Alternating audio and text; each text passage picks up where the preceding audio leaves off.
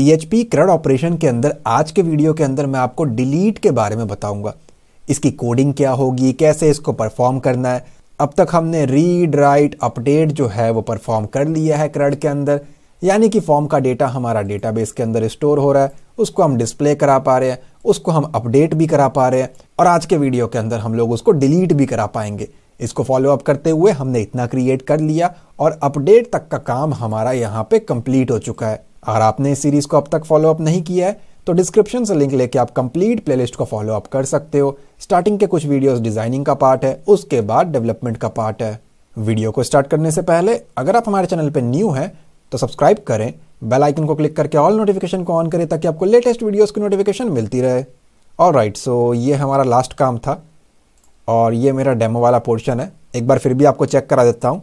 ये roll number 3 है। अगर मैं इसके डिलीट बटन के ऊपर क्लिक करता हूँ, कहता डिलीट करना है क्या, मैंने कहा नहीं करना। अगेन क्लिक किया, डिलीट करना है, मैंने कहा करना है। तो कहता रिकॉर्ड डिलीटेड फ्रॉम डेटाबेस। अगर मैं ओके करता हूँ तो अब सिर्फ 2 रिकॉर्ड यहाँ पे प्रेजेंट है, यानी कि वो रिकॉर्ड जो है वो डिलीट हो चुका है। ठीक है, मैं इसको भी कट कर देता हूँ और हम आते हैं अपने मेन पेज के ऊपर।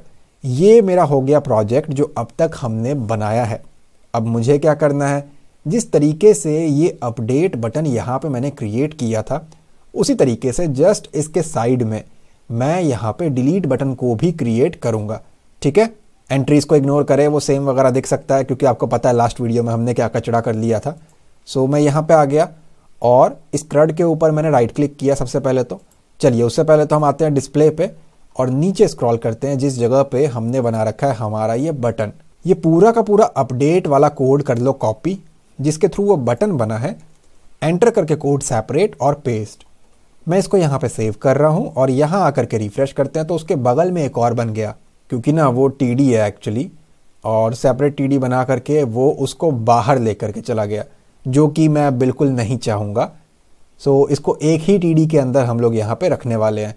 तो मैं क्या करता हूँ, इस वाले TD को यहाँ से हटा रहा हूँ कि भाई कोई भी नया TD स्टार्ट मत कर, यानी कि इसको यहाँ क्लोज भी नहीं कर सकते। तो ओवरऑल कोड क्या बना, TD स्टार्ट हुआ, उसके अंदर पहला बटन, उसके बाद दूसरा बटन एंड TD हमारा यानी कि टेबल डेटा एक बॉक्स हमने क्लोज किया। सेव एंड रिफ्रेश करेंगे तो कंजेस्टेड है, उसको हम बाद में कंसीडर करेंगे। फिलहाल हम यहाँ पे डेवलपमेंट पे फोकस करते हैं। एक चीज़ और, आप चाहो तो ये अपडेट की जगह पे एडिट लिख सकते हो और ग्रीन की जगह पे आप ऑरेंज कलर का भी यूज़ कर सकते हो, वो भी दिखने में अच्छा होता है।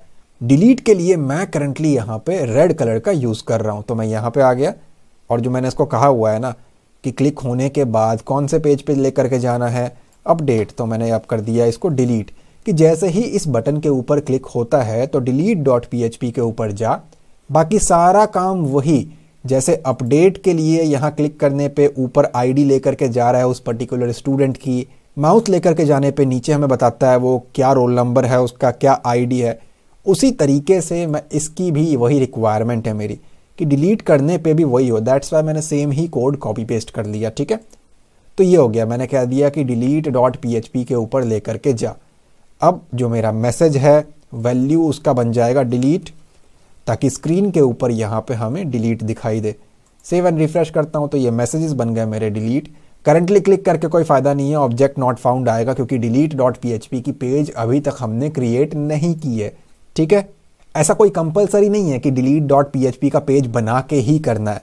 हम क्या कर सकते हैं ना, इस बटन का एक नेम दे सकते हैं, जैसे कि हम नॉर्मल फॉर्म के टाइम पे करते हैं ना और नीचे कोड कर लेते हैं, वो भी हम यहाँ कर सकते हैं। जैसे कि नेम इक्वल्स टू डिलीट, यहाँ आकर के बोल दिया $_post, अगर डिलीट पे क्लिक हो तो नीचे का कोड चला दे, तो भी कोई प्रॉब्लम नहीं है।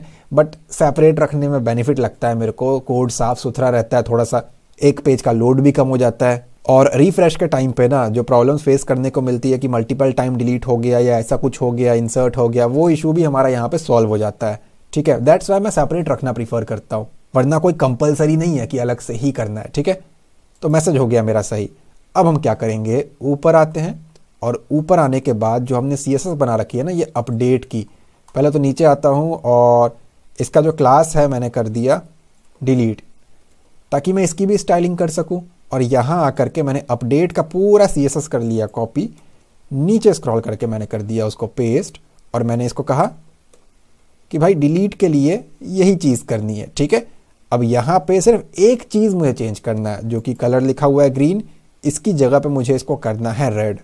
सेव और यहाँ आके रिफ्रेश करूँ तो आप देखोगे वो रेड हो चुका है। अब ना कोड हो जाएगा कॉम्प्लेक्स, और जितना ज़्यादा नंबर ऑफ कोड्स रहेगा आपका पेज उतना स्लो चलता है। ये तो बहुत फास्ट है, मालूम नहीं पड़ता, लेकिन मैं मिली सेकेंड, नैनो सेकेंड, उन सब की बात कर रहा हूँ। फ़र्क पड़ता है। ऐसी छोटी छोटी चीज़ें करके देखो आप। करंटली यहाँ पे हम 100 लाइन्स का कोड कर चुके हैं, ठीक है। तो ये प्रीफर नहीं करूँगा। इन दोनों बटन में सिर्फ एक डिफरेंस है, वो है कलर का। तो इतना कोड कॉपी पेस्ट करके कोई फ़ायदा नहीं है, ठीक है। मैं यहाँ से इन सभी को कर देता हूँ डिलीट। अब क्या होगा ना, एक ही लाइन लिखा है तो आप देखोगे कुछ इस तरीके से है। मुझे वो बाकी सारी प्रॉपर्टी भी इसी के ऊपर अप्लाई करना है। तो इस चीज़ के लिए मैंने ऊपर अपडेट में ही कहा कि भाई इसमें भी है कॉमा डॉट, डिलीट वाले में भी सेम प्रॉपर्टी लगा जो लिखा हुआ है। अब वो ग्रीन बन जाएगा पहले, लेकिन नीचे आकर के मैंने कह दिया ग्रीन का जो कलर है वो रेड कर दे, तो बाकी सारा कुछ सेम रहेगा और कलर भी मुझे यहाँ पे रेड देखने को मिलेगा। तो पहले के मुकाबले ये ज़्यादा बेटर है कि मैं एक कॉमन CSS के अंदर सारी प्रॉपर्टीज़ को यहाँ पे रख दूँ और कलर को सेपरेटली मैं उसका चेंज कर दूँ। अब हम काम करते हैं फटाफट। यहाँ पे क्रड के ऊपर राइट क्लिक किया, न्यू फाइल, ताकि हमारे फोल्डर में एक फाइल क्रिएट कर सके, और इसको हम यहाँ पे सेव करेंगे। इसका नाम दे दिया मैंने delete.php, क्योंकि हमने कोड के अंदर भी डिलीट लिख दिया है। क्लिक होने पे उसके ऊपर जाएगा। रिफ्रेश करते हैं। अब अगर मैं इसको इसके ऊपर लेकर के जाता हूँ तो आ गया। ये वाइट इसलिए है क्योंकि खाली है पेज। crud/delete.php ID है 5। बैक आता हूँ, 1 वाले पे ट्राई करते हैं तो ऊपर ID है 1। ठीक है, इट मीन्स मैं अब डिलीट के जो क्वेरीज हैं, जिस तरीके से डिलीट की जाती है, वो मैं अब यहाँ पे कर सकता हूँ। लेकिन डिलीट की क्वेरी कराने से पहले मैं आपको यहाँ पे डोमेन रेसर के बारे में बताना चाहूँगा। अगर आप अपने बिजनेस को ऑनलाइन लेकर के आना चाहते हो और आपको अपने लिए एक डोमेन नेम, एक होस्टिंग की रिक्वायरमेंट है, तो आप domainracer.com पे आकर के उन सर्विसेज को यहाँ से सेलेक्ट कर सकते हो। आप यहाँ पे रीड आउट कर सकते हो। डोमेन रेसर आपको लाइट स्पीड की टेक्नोलॉजी प्रोवाइड करते हैं, प्योर SSD का डिस्क स्पेस, SSL सर्टिफिकेट आपको फ्री मिलता है, सिक्योर्ड एंड 20 टाइम्स सर्वर आपका फास्ट रहने वाला है। प्राइसिंग प्लान की अगर हम बात करें तो 59 रुपीज़ पर मंथ से स्टार्ट होकर के 249 तक प्राइस वेरी करते हैं। पर्सनल प्लान के अंदर आप एक वेबसाइट को होस्ट कर सकते हो, अनलिमिटेड SSD की स्टोरेज है, अनलिमिटेड ईमेल एड्रेस क्रिएट कर सकते हो, बैंडविड्थ अनलिमिटेड है, लाइट स्पीड की टेक्नोलॉजी है और प्रीमियम SEO टूल आपको फ्री मिल जाता है। सिल्वर प्लान के अंदर आप 3 वेबसाइट को होस्ट कर सकते हो, बाकी सारी चीज़ें सेम है और अनलिमिटेड है।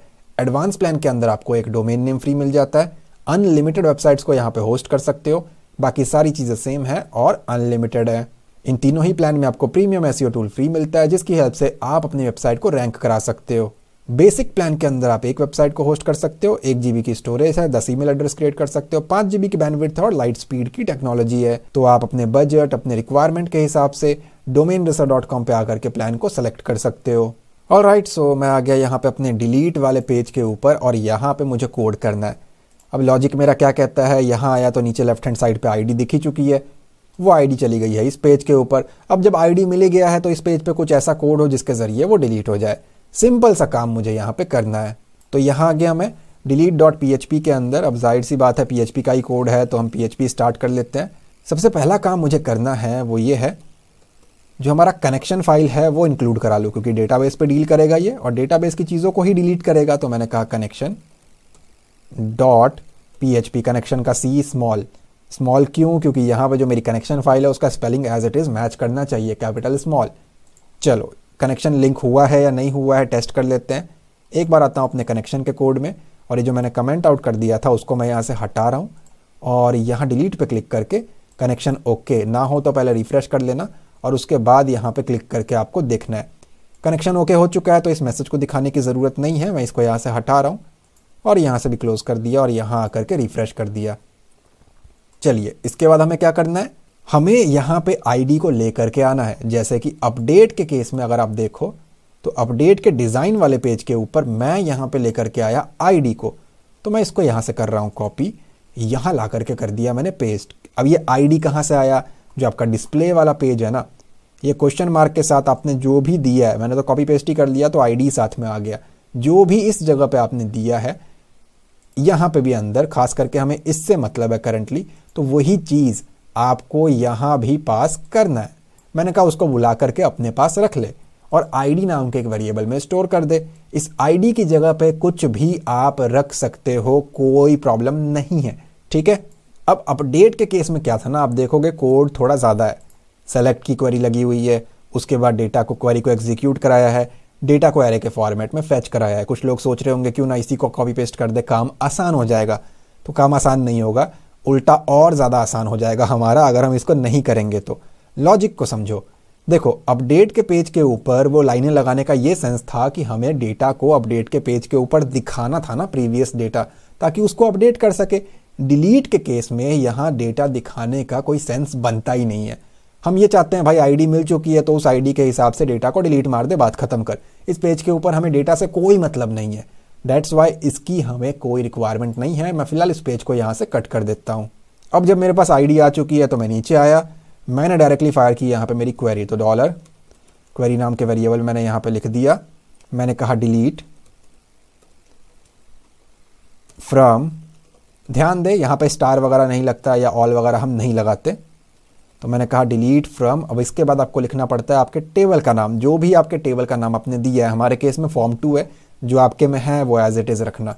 तो मैंने कहा फॉर्म 2 कि डिलीट फ्रॉम फॉर्म 2। फॉर्म 2 में से कुछ डिलीट करना है। अगर ऐसा ही छोड़ दोगे तो सारा कुछ डिलीट हो जाएगा, जैसे सारा कुछ अपडेट हो गया था।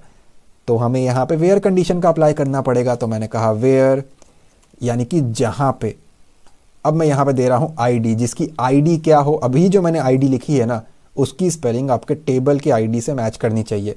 अगर इस आईडी की जगह पे रोल नंबर लिखा है तो as it is roll number वहाँ पे होना चाहिए। इस बात का आपको ध्यान देना है, ये टेबल वाला है। तो मैंने कहा ID equals to single quote. ध्यान दो, 2 सिंगल कोट है, 1 डबल कोट है। स्पेस दे करके दिखा देता हूँ, ठीक है। वेयर आईडी इक्वल्स टू ये डॉलर आईडी, जो भी ऊपर आपकी वेरिएबल थी। तो ओवरऑल इस लाइन का मीनिंग ये बनता है कि भाई आईडी आ चुकी है अपने पास डिलीट के पेज के ऊपर। अब डिलीट कर हमारा फॉर्म 2 नाम के टेबल में से जिसकी आईडी जो है ये ऊपर वाली आईडी हो। तो 1 के ऊपर क्लिक कर रहे हो तो 1 होगा, 2 के ऊपर क्लिक कर रहे हो तो 2 होगा। I am talking about design के पास जो हमारा बटन है उसकी बात कर रहा हूँ मैं, ठीक है। या तो डिलीट होगा या नहीं होगा। अब ये डायरेक्टली तो डिलीट नहीं होगा, पीएचपी के अंदर क्वेरी को एग्जीक्यूट कराना पड़ता है। तो इसके लिए मैंने क्या किया, यहाँ पे बना लिया डॉलर डेटा और इसको मैं यहाँ पे स्पेसिफाई करता हूँ MySQLi _ क्वेरी। अब इसको 2 पैरामीटर चाहिए होते हैं, पिछली वीडियोस के अंदर भी हमने ये ऑलरेडी देखा हुआ है। तो dollar con comma dollar query. चलिए, डॉलर कॉन हमारा कनेक्शन फाइल से और ये डॉलर क्वेरी जो भी इस जगह पे आपने लिखा है वही एज इट इज़ यहाँ पे। अब या तो क्वेरी एग्जीक्यूट होगी या नहीं होगी, ये काम कराएगा वो स्टोर करा रहा है वो डेटा नाम के वेरिएबल में, ठीक है। तो अब इसको पता है कि क्वेरी जो है वो एग्जीक्यूट की है या नहीं की है। किसको पता है? डेटा के अंदर स्टोर हो चुका है। तो मैंने यहाँ पर आकर के कहा इफ़, अगर डॉलर डेटा, इसका सीधे सीधे मीनिंग ये बनता है कि अगर भाई हो चुका है तो क्या कर। मैंने कहा फिलहाल के लिए ज़्यादा कुछ नहीं करना, बस एक मैसेज मुझे दे, इको रिकॉर्ड डिलीटेड, ठीक है। अब या तो हुआ होगा या दूसरा केस बनता है हमारा एल्स। मैंने कहा नहीं हुआ है तो भी प्रिंट करके मुझे बता फेल्ड टू डिलीट, ठीक है। बड़ा ही सिंपल सा कोड है, समझाने लायक कुछ नहीं है दोबारा से, पहले ही ऑलरेडी बहुत डिटेल में मैंने यहाँ पे समझा दिया है। टेस्ट करते हैं डायरेक्टली। यहाँ आकर के पहले मैं इसको रिफ्रेश कर देता हूँ। अब मैं जा रहा हूँ रोल नंबर 5 के ऊपर जो कि अंकित की एंट्री है और यहाँ पे आकर के मैंने इसको डिलीट किया। अब आ गया एरर लाइन नंबर 12 पे, अनएक्सपेक्टेड ब्रेसेस। लाइन नंबर 12 किधर है? ब्रेसेस तो नहीं बट सेमीकोलन हम भूल गए।